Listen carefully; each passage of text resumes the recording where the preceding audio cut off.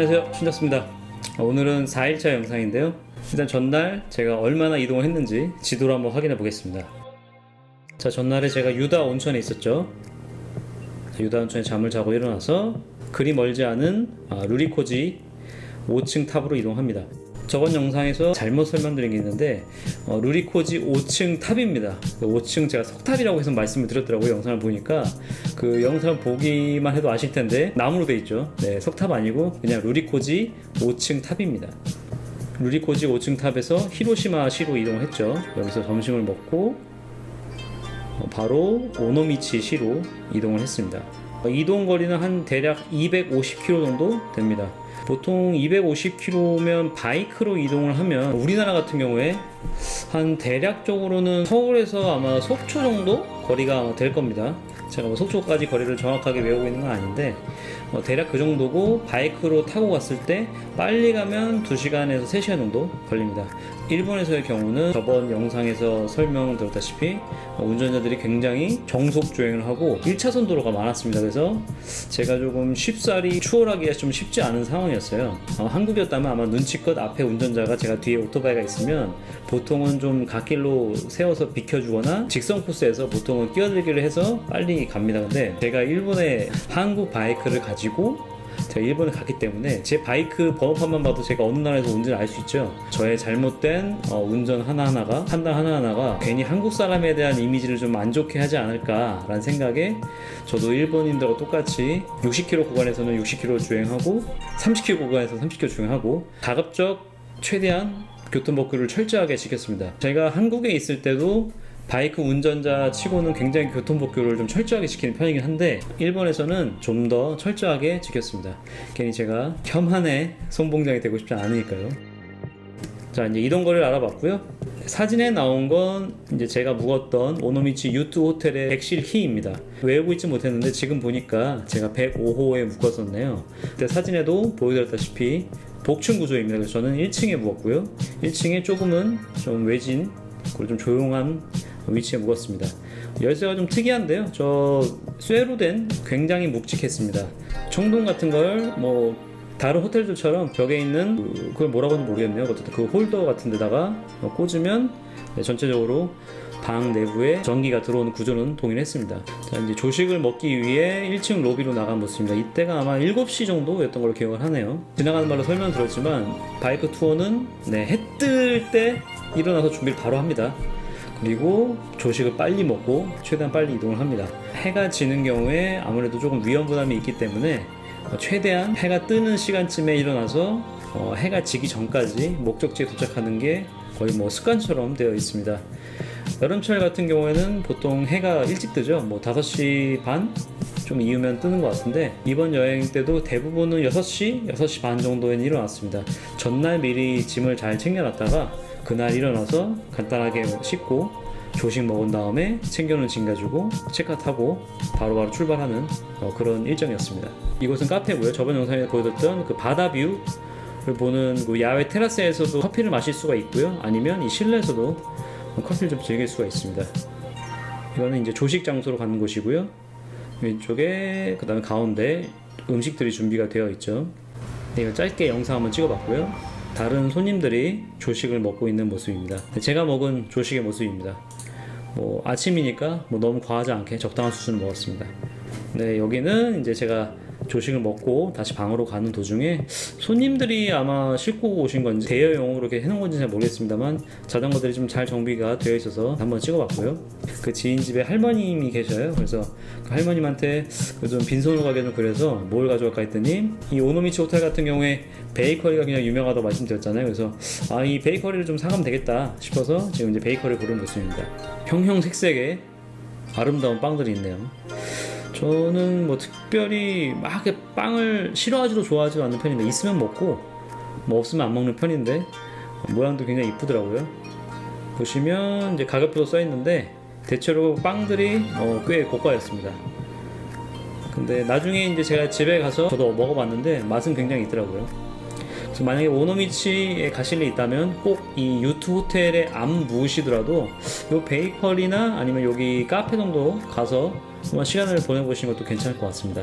이 근처에 있는 다른 호텔들도 많이 있는데 확실히 이 호텔이 가장 유명하기도 하고 뭐 내부 인테리어나 그 안에 공간들이 굉장히 잘 꾸며져 있습니다. 네, 이거는 제가 가져갔던 그 와이파이 모뎀입니다. 뭐 요즘에 와이파이 도시락 같은 거 일본이나 다른 나라 갈 때 많이 가져가시죠? 이걸 제가 왜 찍었냐면요, 뭐 에피소드 겸 약간 노하우이기도 합니다. 이 와이파이 모뎀 요즘 많이 빌리실 텐데 빌릴 때 주의사항을 아마 들으셨을 겁니다. 실시간 스트리밍, 뭐 동영상 같은 거 많이 보지 말라고 합니다. 왜냐면 데이터가 꼭 제한이 되어 있는 건 아닌데 그 헤비 유저 데이터를 굉장히 많이 쓴다든가 하면은 이게 차단이 돼요.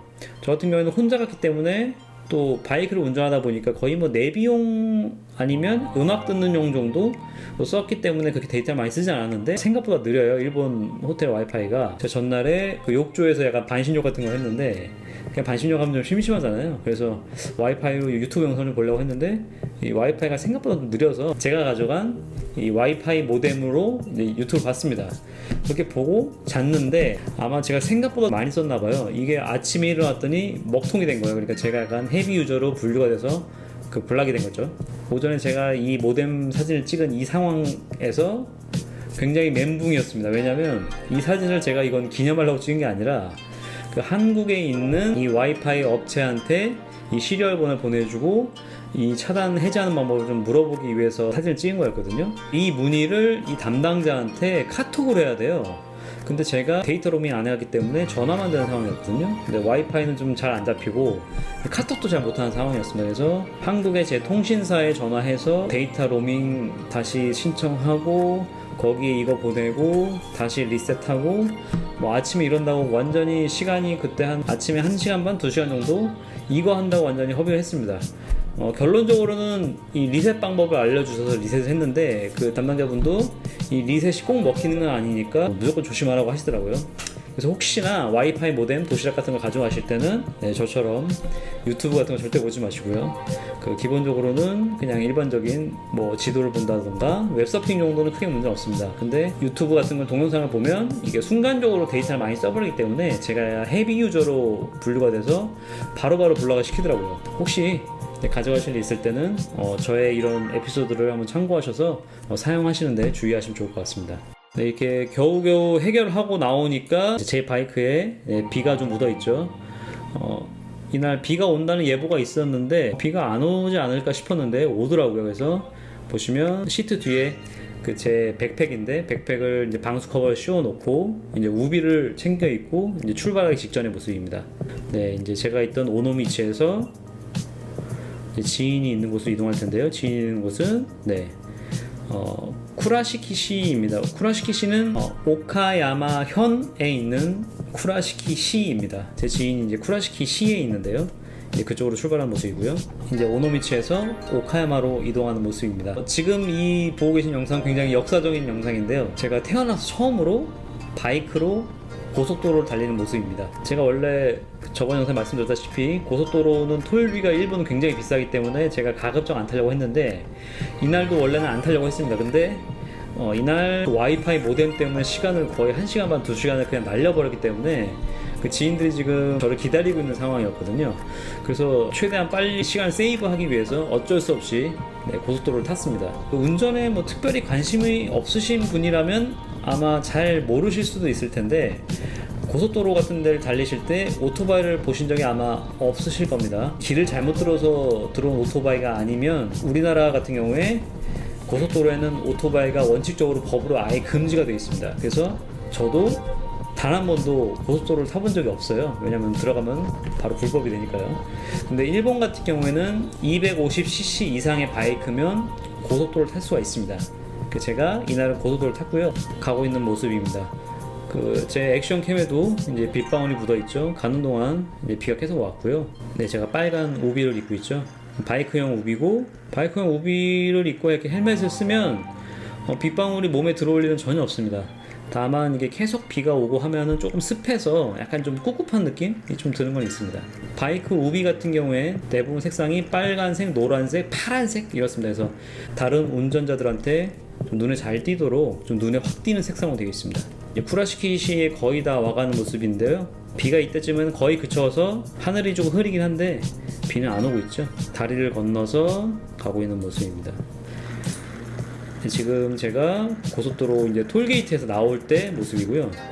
일본도 우리나라처럼 하이패스가 있습니다. 근데 뭐 전 당연히 외국이니까 하이패스는 없으니까 고속도로 톨비를 제가 이제 처음으로 내는 모습입니다. 처음이니까 조금 헷갈렸는데 뭐 기본적으로는 톨게이트 입구에서 카드를 뽑고 그 카드를 가지고 있다가 그 톨게이트 출구에서 그 카드를 넣은 다음에 카드에 금액이 표시되어 있는데 현금 혹은 카드를 넣으면 정산이 완료되는 식입니다. 지금 제가 정산하고 있는 모습인데 뒤에 다행히 차가 한 대도 없죠. 제가 이때 조금 처음이라 막 헤매서 시간을 꽤 오래 끌었는데 다행히 다른 차들은 다 일본식 하이패스 차선으로 다 가고 현금을 지불하는 건 저밖에 없더라고요. 그래서 다행히 뒤에 차가 없어서 조금 민폐를 덜 수 있었습니다. 영수증 챙겨서 지갑에 챙기고 혹시나 이제 또 뒤에 차가 올까봐 조금 서둘러서 출발하는 모습입니다. 이제 지인 집으로 가고 있고요. 지인네 동네는 좀 굉장히 한적한 동네입니다. 뭐 시골까지는 아니지만 시에서 조금 떨어진 외곽 지역이라 조금은 이렇게 아담한 집들이 많이 있고 옆에 또 논 같은 것도 있죠. 지인 집을 찾아가는 중입니다. 예전에 제가 비행기 타고 갔던 적은 있는데 제가 직접 찾아가는 건 처음이라 내비를 찍고 가지만 그 기존에 갔던 기억을 더듬어서 내비와 함께 찾아가고 있습니다. 이때 조금 헷갈렸는데 그래도 한 번 갔던 곳이라 제가 좀 길론이 좀 밝은 편이라 그렇게 헤매지 않고 한 번에 잘 찾아갔습니다. 자, 이제 갑자기 화면이 바뀌었죠. 제가 지인 집에 도착해서 지인 부부와 제가 이제 같이 이동을 하는 모습입니다. 당연히 같이 이동을 하니까 오토바이를 이용할 수는 없어서 지인의 차로 이제 셋이 같이 이동을 하고 있고요. 지금은 쿠라시키에서 카가와현으로 이동하는 모습입니다. 지도를 한번 보실게요. 제가 지금 현재 있었던 곳이 쿠라시키시고 지인이 사는 곳이죠. 여기서 지인들을 만나서 카가와현으로 이동을 합니다. 지도를 보시면 아시겠지만 중간에 이렇게 섬을 이어서 가죠. 이게 다리로 이어진 곳인데 이 다리가 세토대교입니다. 이 세토대교는 고속도로고요. 이 세토대교 같은 경우에는 제가 알기로는 세계에서 첫 번째 혹은 두 번째로 제일 긴 다리로 알고 있습니다. 실제로도 거의 거리가 이 다리 길이만 10km 가까이 되는 걸로 알고 있고요. 이 다리를 지나는데도 시속 100km 정도로 달려도 시간이 꽤 걸립니다. 그만큼 긴 다리고 경치도 굉장히 좋습니다. 세토대교를 지나는 모습이고요. 이날은 전체적으로 좀 흐려서 경치가 막 좋지는 않았는데 그래도 흐린 날인데도 불구하고 이 다리 규모가 굉장히 웅장합니다. 그래서 제가 타는 동안 좀 약간 감탄이 계속 나오더라고요. 카가와현에 도착했습니다. 일단 카가와 하면은 아마 남자분들은 축구를 좋아하시는 분들이라면 아마 일본 축구 선수 카가와 신지가 생각나지 않을까 싶네요. 일단 카가와는 우동으로 굉장히 유명한 곳입니다. 지나가다 보면 우동 가게가 거의 발로 치일 정도로 정말 우동 가게가 많고요. 실제로도 유명한 만큼 맛도 꽤 있는 편입니다. 우리나라의 일본식 우동집 체인점 중에 마루가메면 있죠. 제가 명동에서 한번 먹어봤던 기억이 있는데 마루가메도 카가와현에 있는 지역의 이름입니다. 그래서 거기서 아마 따온 이름인 것 같고요. 여기 가보면 그 마루가메면 비슷한 시스템으로 우동을 팔고 있습니다. 저희가 우동을 먹기 위해 도착한 우동집이고요. 입구에 써있죠. 아침 6시 반부터 오후 3시까지만 운영을 합니다. 운영시간이 굉장히 특이하죠. 지인한테 물어봤더니 아침 일찍 출근 전에 아침으로 먹는 사람도 많고 점심에도 많이 먹는다. 그래서 내가 그럼 저녁에는 왜 안 파냐, 이렇게 잘 되면 저녁에도 팔 수 있을 텐데 그랬더니 그 잘 안 되는 집들은 저녁까지 한대요. 근데 보통은 잘 되는 집들은 이렇게 아침 일찍부터 오후까지 장사만 하고 딱 마감을 한다고 합니다. 카가와에 혹시나 우동을 드시기 위해서 방문을 하신다고 하시면 굳이 맛집을 블로그로 찾을 필요는 없고요. 우동집 앞에 갔는데 운영시간이 오전 일찍부터 오후 2, 3시까지다. 그러면 그 집은 맛있는 집이라고 보시면 될 것 같습니다. 우동집 안의 모습이고 저기 메뉴랑 갖가지 우동이 써있죠. 그 다음에 소, 중, 대 이렇게 나눠져 있습니다. 소중대는 약간 곱빼기 같은 개념이라고 보시면 될 것 같습니다. 소보다 중이 많고 중보다 대가 많은데 제품마다 다르지만 맨 왼쪽에 있는 우동 같은 경우에는 소가 500엔, 중이 600엔, 대가 700엔이죠. 100엔 차이인데 그 양이 꽤 차이가 많이 납니다. 저 같은 경우는 중짜를 먹었는데 양이 꽤 많더라고요. 그래서 저기서 메뉴를 고르고 이동하면서 거기 계신 점원분한테 어떤 우동을 달라고 하면 그 자리에서 바로 우동을 만들어 주고요. 그 외에 뭐 돈까스나 뭐 계란이나 토핑 혹은 사이드 메뉴를 제가 접시에 담아서 같이 계산하면 됩니다. 네, 이건 아마 요즘에 미는 메뉴인 것 같습니다. 여기 내부 음식을 먹는 모습이고 딱 일본식 구성이죠. 또 혼자 먹을 수 있게 옆에 사람들과 약간의 그 공간감을 줘서 서로 약간 분리된 느낌으로 먹을 수 있는 곳입니다. 네, 제가 먹은 우동이고요. 아마 이게 기본 우동이었던 것 같습니다. 기본 우동 중짜였던 것 같고 그 왼쪽에 제가 사이드 메뉴로 고로케랑 유부초밥을 하나 골랐습니다. 근데 양이 꽤 많아가지고요. 저 같은 경우 이때 배가 고파서 다 먹을 수 있지 않을까 해서 골랐는데 생각보다 양이 많아서 아마 면을 좀 남겼던 걸로 기억을 합니다. 이 음식을 먹어본 제 느낌으로는 확실히 카가와가 우동으로 유명한 지역답게 굉장히 맛이 있었고요. 그 다음에 생각보다 가격이 굉장히 저렴했습니다. 카가와에 가실 일 있다면 꼭 카가와 우동을 한번 먹어보시는 걸 추천드리겠습니다. 이제 우동을 맛있게 먹고 이동하고 있습니다. 제가 그 서점에서 일본 좀 잡지를 좀 사야 될 일이 있어서 서점에 들린 모습입니다. 이 지역에서 굉장히 큰 서점이었고요. 뭐 우리나라 교보문고 꽤 큰 규모의 교보문고 정도 사이즈가 되는 곳이었습니다. 이렇게 잡지들이 많이 있고 여기서 되게 눈에 익은 옥녀라는 드라마인가봐요. 이게 아마 진세현 씨 같은 이 옥녀라는 드라마가 아마 일본 NHK에서 방송이 됐나 봅니다. 그래서 인기를 끌었는지 이 옥녀 스토리를 담은 아마 책이었던 것 같습니다. 그냥 반가워서 한번 찍어봤고요. 네, 저 같은 경우에 이렇게 좀 가방이 좀 많이 나와 있는 잡지를 좀 볼 일이 있어서 그 잡지를 사러 왔습니다. 일본 같은 경우에는 좀 부러운 게 약간 좀 다양성이 좀 많은 국가 같아요. 그래서 잡지들도 보면 굉장히 좀 다양한 주제 잡지가 많습니다. 그래서 보시면 우리나라는 패션 전문 잡지 같은 경우에는 그 패션의 전반적인 걸 다루는데 일본 같은 경우에는 특정 아이템, 지금 보는 것처럼 뭐 가방이면 가방, 액세서리면 액세서리 이런 식으로 특정 카테고리에 전문화된 잡지가 좀 많이 나오는 것 같습니다. 그래서 일본에 간 김에 이렇게 가방 관련 잡지를 좀 보고 싶어서 몇 권을 좀 샀습니다. 이제 잡지를 다 사고 여기는 리브로브란 곳인데요. 약간 무인양품 아니면 이케아 느낌이 나는 곳이었습니다. 그 안에 좀 이쁜 액세서리, 그 다음에 인테리어 용품, 그리고 카페도 있는 곳이었고 뭐 생활 소품도 많이 파는 곳이었습니다. 이렇게 인테리어가 굉장히 잘 되어 있고요. 그다음에 생활 소품이나 생필품도 많이 팔고 대신에 이제 금액대는 꽤 높은 편이었습니다. 인테리어가 굉장히 모던하게 잘 되어 있어서 한참 구경을 나온 것 같습니다. 1, 2층으로 된 구조였고 이제 2층으로 올라가고 있는 모습이고요. 2층에 이제 전망이 좋은 카페가 있어서 2층으로 올라가고 있습니다. 바다뷰를 볼 수 있는 카페가 있어서 한번 찍어봤고요. 이때가 평일이었거든요. 평일 낮이었으니까 이때 사람이 뭐 카페에 많지는 않았고요. 뭔가 조용하고 굉장히 모던한 느낌의 카페였습니다. 근데 이분들은 저는 대화를 알아둘 수 없지만 그 친구 부부가 아마 저분들이 막 썸을 타거나 아니면 약간 소개팅 하는 분위기 같다 라고 하더라고요. 그래서 유심히 보니까 아마 조금은 거리감이 있지만 서로 좀 알아가는 그런 단계가 아니었나. 그 뒷모습에서 좀 그런 게 좀 느껴지더라고요. 한참 좋을 때죠. 네, 제가 시킨 라떼고요. 아침에 좀 일찍 일어나서 그런지 조금 피곤해서 커피를 마셨습니다. 저희가 시킨 와플인데 굉장히 열대 과일이 많이 있죠. 아무래도 일본은 우리나라보다는 조금 따뜻하다 보니까 날씨가 이런 열대 과일이 좀 나오는 것 같습니다. 네, 간 김에 또 셀카 또 찍었고요.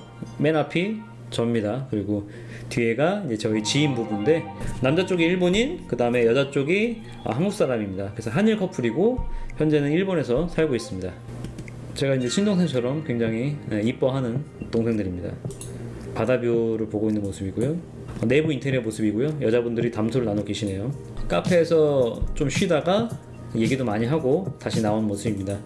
네, 1층으로 내려가는 모습이고 1층 구경을 아직 못해서요. 1층 구경을 좀 하는 모습입니다. 이케아처럼 그 집안 모습을 이렇게 예시로 좀 꾸며놨더라고요. 인테리어 자체가 이쁘게 잘 꾸며놔서 굉장히 고가인데도 불구하고 사고 싶다는 생각이 들 정도로 잘 꾸며놓은 곳이었습니다. 리브로브 밖으로 나온 모습이고 아까 도착했을 때만 해도 비가 왔었는데요. 저희 안에서 얘기하고 좀 쉬다 보니까 비가 그쳐서 이제 밖으로 바다 구경도 할 겸 나온 모습입니다. 뭐 약간 어선들 같은데 이렇게 정박이 돼 있더라고요. 평일 낮이었는데 네, 저기 고딩들인지 중딩들인지 저기 셋이 바닷가에 놀고 있더라고요. 셋이 뭘 하는지 저희가 이제 쟤네 보면서 쟤네 도대체 뭐 하길래 이 시간에 저 세 명이 저러고 있나 한참 봤는데 궁금하긴 하더라고요. 이번에 갈 곳은 리스링 공원입니다. 리스링 공원은 카가와 현에 있는 그 특별 명승지인데요. 특별 명승지라는 게 이제 일본에서 선정한 약간 우리나라로 따지자면 관광 명소 그런 명칭인 것 같습니다. 그래서 특별 명승지로 지정이 된 곳이고 미슐랭 그린 가이드 재팬에서 별 3개 만점을 받았다고 해요. 저희가 간 시간이 약간 늦기도 했고 이날 날씨가 비가 오고 약간 흐릿한 날이라 아쉬웠지만 그래도 가서 보니까 확실히 볼만한 가치는 있는 곳인 것 같습니다. 입구의 모습이고요. 이게 아마 한자로 리스닝 공원인 것 같습니다. 정문에다가 차를 세우고 들어갔고요. 네, 매표소에서 이제 직원분에게 입장료를 지불하고 티켓과 안내지를 받았습니다. 한국 분이 그렇게까지 많이 오실 것 같지는 않은데 한국어로 된 안내문도 있더라고요. 그래서 읽고 들어가니까 훨씬 도움이 됐습니다. 공원 입구에서 공원 안내도를 보고 들어가는 모습인데 이 안이 제가 알기로는 20만 평이 넘는 걸로 알고 있습니다. 굉장히 넓은 곳이라 저희가 이걸 다 볼 시간 정도는 없었어요. 그래서 안내 책자에 나와 있는 곳 중에 좀 추천할 만한 곳만 가봤습니다. 들어가는 모습이고요. 평일이기 때문에 사람들이 많지는 않아서 굉장히 쾌적하고 약간 고즈넉하게 관람할 수 있었습니다. 공원 안에 들어가는 모습이고요. 예, 뭔가 센가치히로에 나오는 그런 구조물 같죠? 느낌이 굉장히 흡사했습니다. 굉장히 깔끔하고 잘 정비가 되어 있는 모습입니다. 足元にお気をつけくださいね。わかりました。 여기 원래 연꽃이 있었나 봐. 지금 저기 있네 연꽃이. 아, 카메가 이래. 나무 모습인데 굉장히 특이하더라고요. 근데 조금 징그러워서 아마 밤에 보면 좀 무섭지 않을까. 소나무가 굉장히 좀 특이하게 자랐더라고요. 이거는 제가 영상을 찍고 있는데 지인들이 공원에 살고 있는 붕어를 능욕하는 모습입니다. 붕어들이 뭔가 좀 학습이 돼 있어서 이렇게 사람들이 다가가서 손만 흔들어도 그냥 뭐가 떨어진 줄 알고 입만 뻥긋뻥긋 하더라고요. 근데 이 지인들이 뭐 손에 아무것도 들고 있지 않았거든요. 저게 손에 던지니까 네, 붕어들이 계속 낚이는 모습이네요. 그때 한참 붕어를 좀 데리고 놀았습니다. 뭐 살이 좀 토시토시하게 올라서 뭐 당분간은 안 먹어도 걱정 없겠더라고요. 가는 길에 경치 찍어본 모습인데 이게 영상이 좀 잘 담겼나 모르겠어요. 근데 실제 보시면 이 경치가 굉장히 아름답습니다. 그걸 또 보면서 드는 생각이 그래도 귀족이 이제 아랫사람을 부려서 만든 걸 거 아니에요. 그래서 이 당시에 만약에 노비나 노예로 태어났으면 얼마나 힘들었을까라는 생각도 좀 해봤습니다.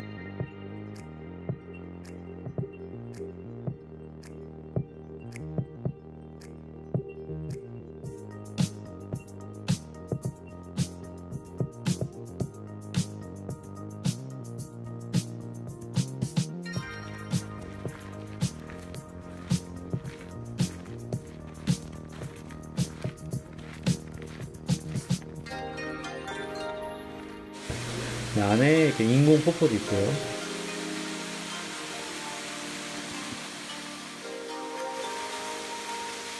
이게 이제 리스닝 공원에서 가장 유명한 포인트입니다. 호수 가운데에 저렇게 인공으로 꾸며진 장소가 있는데 저 중에 딱 하나만 하트 모양이에요. 화면에 잘 보이시나 모르겠는데 우측 하단에 동그란 작은 나무가 하트 모양 깎여 있습니다. 연인들이 여기 오면 이걸 배경으로 많이 사진 찍는다고 하네요. 근데 이건 제가 핸드폰으로 영상을 찍다가 마지막에 이제 카메라로 사진을 찍은 모습인데 우측 하단에 하트 모양이 확연히 보이죠. 그래서 보통 여기서 연인들끼리 셀카로 이 배경으로 많이 사진을 찍는다고 합니다. 리스닝 공원 같은 경우에 저희가 이제 관람하다가 날이 조금 어둑어둑해지는 것 같아서 여기까지 보고 나왔는데요. 만약에 카가와에 가실 일 있다고 하면 꼭 한번 보셔도 좋을 것 같습니다. 특별 명승지로 지정된 곳답게 굉장히 관리가 잘 돼 있고 경치도 굉장히 좋고요. 한번 보고 오니까 다음에 한번 더 가고 싶다는 생각이 좀 들 정도였어요. 왜냐면 못 본 것도 있고 다음에는 한번 날씨가 조금 화창한 날 오면 훨씬 이쁠 것 같더라고요. 그래서 혹시 카가와 현에 관광 가실 일 있다고 하면 이 특별 명승지인 리스닝 공원도 한번 추천드리겠습니다. 네, 여기는 이카쿠라는 곳인데 저녁을 먹으러 왔습니다. 여기는 닭 요리 전문점인데요. 네, 이렇게 사진을 좀 찍어봤고요. 어떻게 먹어야 되는지에 대한 이렇게 안내가 나와 있더라고요. 이게 음식을 시켜 먹었습니다. 이 비주얼만 보면은 굉장히 좀 허접해 보이죠. 왼쪽에 있는 건 저희가 사이드 메뉴로 그냥 밥을 시킨 거고요. 이 앞에 사진이 살짝 잘려 있는데 저기 오니기리 주먹밥이 있죠. 그리고 오른쪽에 있는 게 이제 메인 닭 요리입니다. 보시면 이게 지금 막 나왔을 때 모습이고요. 아직 먹지 않은 모습입니다. 이게 다리 쪽인데 이렇게 뼈랑 살이 어느 정도 분리가 돼서 나오더라고요. 그래서 약간 간장으로 양념한 것 같은데 그 진하지 않은 약간 찜닭 느낌? 닭의 연령도 본인 취향에 맞게 선택을 할 수가 있습니다. 그래서 만약 내가 좀 부드러운 걸 원한다 그럼 염계를 선택하면 되고요. 나는 부드럽지 않고 약간 식감을 중요하고 좀 더 큰 걸 먹고 싶다 그러면 노게를 선택하면 더 양이 많이 나오고요. 그런 식으로 좀 선택할 수 있는 곳이었는데 이곳은 이제 관광객들한테는 거의 알려지지 않은 것 같고 거의 현지인들이 많이 오는 곳이었는데 굉장히 좀 특이한 맛이었고 못 먹어보던 닭 요리라 약간 새로운 경험이었습니다. 생각보다 꽤 맛도 있었고요. 그래서 혹시 뭐 다음에 한번 가게 된다면 한번 더 먹어보고 싶네요. 네, 4일차 일정은 여기까지입니다. 제가 오노미치 시에 있다가 열심히 고속도로를 달려서 쿠라시키 시에 도착해서 지인들과 만난 다음에 같이 관광을 했는데요. 지인 집에 2박 3일을 묵는 일정이었거든요. 다음 영상에서는 제가 지인들과 함께 도토리현으로 가게 되는데요. 재미있는 영상과 사진들이 많이 준비되어 있으니까 많은 기대 부탁드리겠습니다. 감사합니다.